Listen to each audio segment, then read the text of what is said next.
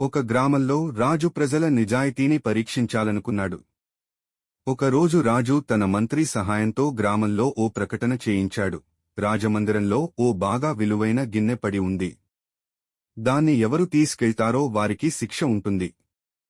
అంతేకాకుండా మరిచిపోయినట్టు ఆ గిన్నెను అక్కడే ఉంచి వెళ్లిపోయాడు. చాలా మంది ప్రజలు ఆ గిన్నెను చూసినా రాజు చెప్పిన మాటల కారణంగా భయపడి ఎవరూ స్పర్శించలేదు. కాని ఒక చిన్న కుర్రాడు రామ్ గిన్నెను చూశాడు. అతనికి తండ్రి చిన్నతనంలో చెప్పిన మాట గుర్తొచ్చింది, నిజం మాట్లాడేవాడి మనసు భయపడదు అని. అతను గిన్నెను తీసుకుని నేరుగా రాజమహల్కు వెళ్లాడు. మహారాజా, ఇది మీరు కోల్పోయిన గిన్నె కదా?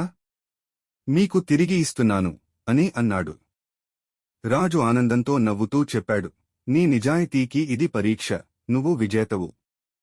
నీ ధైర్యం, నిజాయితీ నాకు నచ్చాయి. ఈ గిన్నెతో పాటు నీకు 100 ముద్రలు బహుమతిగా ఇస్తున్నాను. రామ్ సంతోషంగా ఇంటికి వెళ్లి తన తల్లిదండ్రులకు చెప్పాడు, నిజాయితీ ఎప్పుడూ విజయం సాధిస్తుంది.